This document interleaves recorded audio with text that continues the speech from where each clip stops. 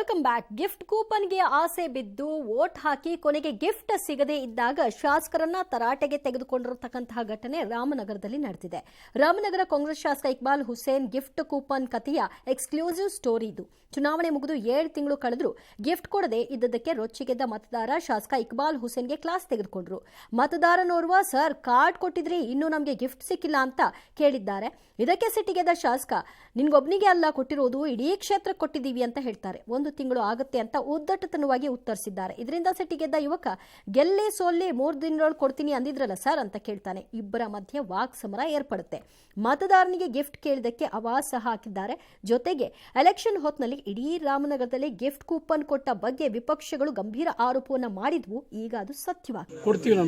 ಕೊಡ್ತೀವಿ ಅದು ಹೇಳಿದ್ದು 3 ದಿವಸದೊಳಗೆ ಗೆಲ್ಲಿ ಸೋಲಿ ಕೊಡ್ತೀವಿ. ನಾವು ವೋಟ್ ಹಾಕಿದೀವಿ, ನಾವು ನಂಬೋಟ್ ವೋಟ್ ಹಾಕಿದೀವಲ್ವಾ, ಅದನ್ನ ಕೇಳ್ತಿರೋ ರೆಸ್ಪಾನ್ಸ್ ಅದನ್ನೇ ಕೇಳ್ತಾ ಇರೋದು. ಇನ್ನೊಂದು ವಾರ 15 ದಿವಸ ಒಂದು ತಿಂಗಳಲ್ಲಿ ಕೊಡ್ತೀವಿ. ಅದು ರೆಸ್ಪಾನ್ಸ್ ನಿಮಗೆ ಸರ್ ಇದು ಕಾರ್ಡ್ ಒಬ್ಬನ್ ಕೊಟ್ಟಿಲ್ಲ. ವೋಟ್ ಕೇಳುವಾಗ ಇರೋ ವಿನಯತೆ ಗೆದ್ದ ಮೇಲೆ ಬರಲ್ಲ. ಗೆದ್ದ ಮೇಲೆ ಆ ಜನ ಬೇಕು ಆಗಿಲ್ಲ. 5 ವರ್ಷ ಇವ್ರನ್ನ ಕೇಳೋರ್ ಗತಿ ಇಲ್ಲ. ಆ ಪರಿಸ್ಥಿತಿ ನೋಡಿ. ಗಿಫ್ಟ್ ಕೂಪನ್ ಕಥೆನ ಹೇಳ್ತಾ ಇದ್ದಿದ್ದು ಈಗ ಸತ್ಯ ಬಟಾ ಬಯಲಾಗಿದೆ. ಖುದ್ದು ಶಾಸಕರೇ ಅದನ್ನು ಒಪ್ಕೊಂಡಂತೆ ಆಗಿದೆ ಈ ಒಂದು ವಿಡಿಯೋ ಮೂಲಕವಾಗಿ.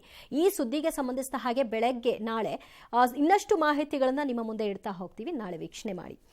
ಇನ್ನು ಚಿಂತಕ ಚಕ್ರವರ್ತಿ ಸೂಲಿಬೆಲೆ ಅಟ್ರಾಸಿಟಿ ಕಾಯ್ದೆಯಡಿ ಕೇಸ್ ದಾಖಲಾಗಿದೆ ಅವರ ವಿರುದ್ಧ. ಜನವರಿ 18ರಂದು ರಾಯಚೂರಿನ ಸಿರುವಾರದಲ್ಲಿ ನಮೋ ಬ್ರಿಗೇಡ್ ಕಾರ್ಯಕ್ರಮ ಹಮ್ಮಿಕೊಂಡಿತ್ತು. ಈ ವೇಳೆ ಭಾಷಣ ಮಾಡಿದ ಚಕ್ರವರ್ತಿ ಸೂಲಿಬೆಲೆ ಕಲಬುರಗಿಯ ಇಎಸ್ಐ ಆಸ್ಪತ್ರೆ ವಿನ್ಯಾಸವನ್ನ ಖರ್ಗೆ ತಮ್ಮ ಹೆಸರು ಬರುವಂತೆ ಮಾಡಿಕೊಂಡಿದ್ದಾರೆ. ಕಟ್ಟಡ ಇರೋವರೆಗೂ ನಮ್ಮ ಹೆಸರು ಇರಬೇಕು ಅಂತ ಇಂತಹ ಅಯೋಗ್ಯರು ಮಾಡಿದ್ದಾರೆ ಅಂತ ವಾಗ್ದಾಳಿ ನಡೆಸಿದ್ರು. ಈ ಸಂಬಂಧ ಕಲಬುರಗಿಯ ಬ್ರಹ್ಮಪುರ ಠಾಣೆಯಲ್ಲಿ ಕೇಸ್ ದಾಖಲಾಯಿತು. ಪ್ರಕರಣ ರಾಯಚೂರಿನ ಸಿರುವಾರ ಠಾಣೆಗೆ ವರ್ಗಾಯಿಸಲ್ಪಟ್ಟಿತು. ಸಿರುವಾರ ಠಾಣೆ ಪೊಲೀಸರು 4 ದಿನಗಳ ಹಿಂದೆ ಬೆಂಗಳೂರಿಗೆ ಬಂದದ್ದು. ಬಸವೇಶ್ವರ ನಗರದ ಚಕ್ರವರ್ತಿ ಸೂಲಿಬೆಲೆ ಮನೆಗೆ ನೋಟಿಸ್ ಅನ್ನ ಕೊಟ್ಟಿದ್ದಾರೆ ಎನ್ನಲಾಗ್ತಿದೆ. INDIA ಒಕ್ಕೂಟಕ್ಕೆ ಶಾಕ್ ಕೊಟ್ಟಿದ್ದಾರೆ ಬಿಹಾರ ಸಿಎಂ ನಿತೀಶ್ ಕುಮಾರ್. NDAಗೆ ಅಧಿಕೃತವಾಗಿ ಸೇರ್ಪಡೆಗೊಂಡಿದ್ದಾರೆ. ಬಹುಮತ ಯಾರಿಗಿರಲಿ ಬಿಡ್ಲಿ, ಅಧಿಕಾರ ಮಾತ್ರ ನನಗೆ ಬೇಕು ಅನ್ನುವಂಥದ್ದು ಜಂಪಿಂಗ್ ಸ್ಟಾರ್ ಆಗಿರುವ ನಿತೀಶ್ ಕುಮಾರ್ ಅವರ ಒಂದು ಅಭಿಪ್ರಾಯ. 9ನೇ ಬಾರಿಗೆ ಮುಖ್ಯಮಂತ್ರಿಯಾಗಿ ಪ್ರಮಾಣ ವಚನವನ್ನು ಇವತ್ತು ಸ್ವೀಕಾರ ಮಾಡಿದ್ರು. ಬಿಹಾರ ಬಿಜೆಪಿ ರಾಜ್ಯಾಧ್ಯಕ್ಷ MLC ಆಗಿರುವ ಸಾಮ್ರಾಟ್ ಚೌಧರಿ ಹಾಗೂ ವಿಜಯ್ ಸಿನ್ಹಾ ಇಬ್ಬರು DCM ಆಗಿ ಹಾಗೂ 6 ಸಚಿವರು ಪದಗ್ರಹಣವನ್ನು ಮಾಡಿದ್ರು. ಇನ್ನು AICC ಅಧ್ಯಕ್ಷ ಮಲ್ಲಿಕಾರ್ಜುನ ಖರ್ಗೆ ಮಾತನಾಡಿ, ನಿತೀಶ್ ರಾಜೀನಾಮೆ ಬಗ್ಗೆ 5 ದಿನಗಳ ಹಿಂದೆ ಲಲ್ಲು ಪ್ರಸಾದ್ ಹೇಳಿದ್ರು. ನಿತೀಶ್ ಜೊತೆ ಸುದೀರ್ಘವಾಗಿ ಮಾತನಾಡಿದೆ, ಆದರೂ ಹೋಗಿದ್ದಾರೆ, ಹೋಗ್ಲೇ ಬಿಡಿ ಅಂತ ಲಲ್ಲು ಹೇಳಿದ್ರು. ಇದೇ ವೇಳೆ ಎಂಪಿನೇ ಮಾಡಿಲ್ಲ, ಇನ್ನು PM ಏನ್ ಮಾಡ್ತೀರಿ ಅಂತ ಖರ್ಗೆ ಹೇಳಿದ್ದಾರೆ. ಇದಕ್ಕೆ ಯಡಿಯೂರಪ್ಪ ಕುಹಕವಾಡಿದ್ದಾರೆ. ಸುಮಲತಾ ಬಿಜೆಪಿ ಸೇರ್ಪಡೆ ವಿಚಾರಕ್ಕೆ ಸಂಬಂಧಪಟ್ಟ ಹಾಗೆ ಚರ್ಚೆಯಲ್ಲಿದೆ ಅಂತ ಮಾಜಿ ಸಿಎಂ ಯಡಿಯೂರಪ್ಪ ಅವರು ಹೇಳಿದ್ದಾರೆ. ಶಿವಮೊಗ್ಗದಲ್ಲಿ ಮಾತನಾಡಿದ್ರು. JDS ಜೊತೆ ಟಿಕೆಟ್ ಹಂಚಿಕೆ ಅಂತಿಮ ತೀರ್ಮಾನ ಆಗಿಲ್ಲ ಅಂದ್ರು. ಇದಕ್ಕೆ ವಿಪಕ್ಷ ನಾಯಕ ಅಶೋಕ್ ಕೂಡ ದನಿಗೂಡಿಸಿದ್ದಾರೆ.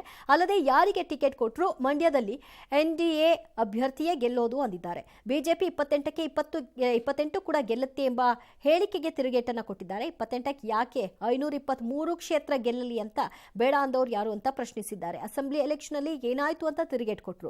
ಈ ಮಧ್ಯೆ ಕುಮಾರಸ್ವಾಮಿ ಸ್ನೇಹ ಮಾಡಿದವರು ಗುಂಡಿಗೆ ಬೀಳ್ತಾರೆ, ಬಿಜೆಪಿಗೆ ದೇವರೇ ಗತಿ ಅಂತ ವೀರಪ್ಪ ಮೊಯ್ಲಿ ಗೇಲಿ ಮಾಡಿದ್ದಾರೆ. ಬಿಜೆಪಿಗೆ ಘರ್ ವಾಪಸಿ ಆದ ಬಳಿಕ ಜಗದೀಶ್ ಶೆಟ್ಟರ್ ತವರೂರು ಹುಬ್ಬಳ್ಳಿಗೆ ಭೇಟಿ ಕೊಟ್ಟರು. ಬಿಜೆಪಿ ಕಾರ್ಯಕರ್ತರು ಬೆಂಬಲಿಗರು ಪಟಾಕಿ ಸಿಡಿಸಿ ಅದ್ದೂರಿಯಾಗಿ ಸ್ವಾಗತ ಮಾಡಿದ್ರು. ಇದಕ್ಕೂ ಮುನ್ನ ತುಮಕೂರಿನ ಸಿದ್ದಗಂಗಾ ಮಠಕ್ಕೆ ಭೇಟಿ ನೀಡಿ ಶಿವಕುಮಾರ ಶ್ರೀಗಳ ಗದ್ದಿಗೆ ದರ್ಶನವನ್ನ ಮಾಡಿದ್ರು. ಬಳಿಕ ಮಾತನಾಡಿ, ಕಾರ್ಯಕರ್ತರ ಒತ್ತಾಯಕ್ಕೆ ಬಿಜೆಪಿಗೆ ವಾಪಸ್ ಬಂದಿದ್ದೀನಿ, ಕಾಂಗ್ರೆಸ್ನವರು ಟೀಕೆ ಮಾಡಲ್ಲ ಅಂದ್ರು. ಹುಬ್ಬಳ್ಳಿಯಲ್ಲಿ ಧಾರವಾಡ ಕಾಂಗ್ರೆಸ್ನ ವೀರಶೈವ ಲಿಂಗಾಯತ ಮುಖಂಡರು ಸುದ್ದಿಗೋಷ್ಠಿ ನಡೆಸಿ ಶೆಟ್ಟರ್ ವಿರುದ್ಧ ಕಿಡಿಕಾರಿದ್ರು. ಹುಬ್ಬಳ್ಳಿ ಧಾರವಾಡದಲ್ಲಿ ಓರ್ವ ನಿತೀಶ್ ಕುಮಾರ್ ಹುಟ್ಟಿದ್ದಾರೆ, ಇದು ಸಮುದಾಯಕ್ಕೆ ಮಾಡಿದ ದ್ರೋಹ ಅಂತ ವಾಗ್ದಾಳಿ ನಡೆಸಿದರು. ಹೈದರಾಬಾದ್ನಲ್ಲಿ ನಡೆದ ಇಂಗ್ಲೆಂಡ್ ವಿರುದ್ಧದ ಮೊದಲ ಟೆಸ್ಟ್ ಪಂದ್ಯದಲ್ಲಿ ಭಾರತ 28 ರನ್ಗಳ ಸೋಲನ್ನು ಕಂಡಿದೆ. ಮೊದಲ ಇನ್ನಿಂಗ್ಸ್ನಲ್ಲಿ 246 ರನ್ಗೆ ಆಂಗ್ಲರನ್ನ ಕಟ್ಟಿ ಹಾಕಿದ ಭಾರತ 436 ರನ್ ಪೇರಿಸಿತು. ಎರಡನೇ ಇನ್ನಿಂಗ್ಸ್ನಲ್ಲಿ ಮೊನಚು ಕಳೆದುಕೊಂಡ ಭಾರತೀಯ ಬೌಲರ್ಗಳು ಚೆಂಡಾಡಿದಂತಹ ಒಲಿಪೋಪ್ 196 ರನ್ಗಳ ಮೂಲಕ ತಂಡದ ಮೊತ್ತವನ್ನು 420ಕ್ಕೆ ಪೇರಿಸಿದ್ರು. ಬಳಿಕ ಎರಡನೇ ಇನ್ನಿಂಗ್ಸ್ನಲ್ಲಿ ಟೀಂ ಇಂಡಿಯಾದ ಬ್ಯಾಟರ್ಸ್ಗಳು ಪವಿಲಿಯನ್ ಪರೇಡ್ ನಡೆಸಿದ್ರು. 28 ರನ್ಗಳ ಸೋಲನ್ನ ಕಂಡ್ರು. ಚಿಕ್ಕಮಗಳೂರಿನ ಮಾವಿನಕೆರೆ ಗ್ರಾಮದಲ್ಲಿ 30ಕ್ಕೂ ಹೆಚ್ಚು ಕಾಡಾನೆಗಳ ಹಿಂಡು ದಾಂಧಲೆ ನಡೆಸ್ತಾ ಇದೆ.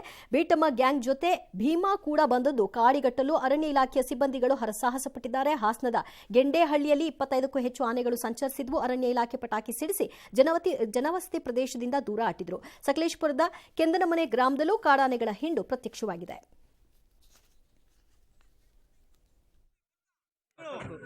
ಬಿಟಮ್ಮ ಗುಂಪು ನಾವೆಲ್ಲ ಬಂದವೆ 17 ವಿಡಿಯೋ ಮಾಡಕ್ ಹೋದ್ರೆ ಆನೆ ನೋಡಕ್ ಹಾಕಲ್ಲ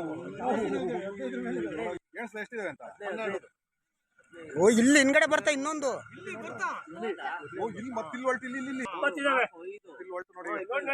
ಇಲ್ಲಿ ಸಸ್ಯಕಾಶಿ ಲಾಲ್ಬಾಗ್ನ 215ನೇ ಫ್ಲವರ್ ಶೋ ಇವತ್ತು ತೆರೆ ಬಿತ್ತು. 11 ದಿನಗಳ ಫ್ಲವರ್ ಶೋಗೆ ನಿರೀಕ್ಷಿತ ಸ್ಪಂದನೆ ಸಿಗಲಿಲ್ಲ. 2.80 ಕೋಟಿ ಖರ್ಚು ಮಾಡಿದ್ರು. ಟಿಕೆಟ್ ಮಾರಾಟದಿಂದ 2 ಕೋಟಿ ಆದಾಯ ಬಂದಿದೆ. ಕೊಪ್ಪಳದ ಗವಿಮಠದ 2ನೇ ದಿನವಾದ ಇವತ್ತು ಮಿರ್ಚಿ ಬಜ್ಜಿ ಜಾತ್ರೆಯನ್ನ ನಡೆಸಲಾಯಿತು. ಪ್ರಸಾದವಾಗಿ ಭಕ್ತರಿಗೆ ಮಿರ್ಚಿ ಬಜ್ಜಿಯನ್ನ ವಿತರಣೆ ಮಾಡಲಾಯಿತು.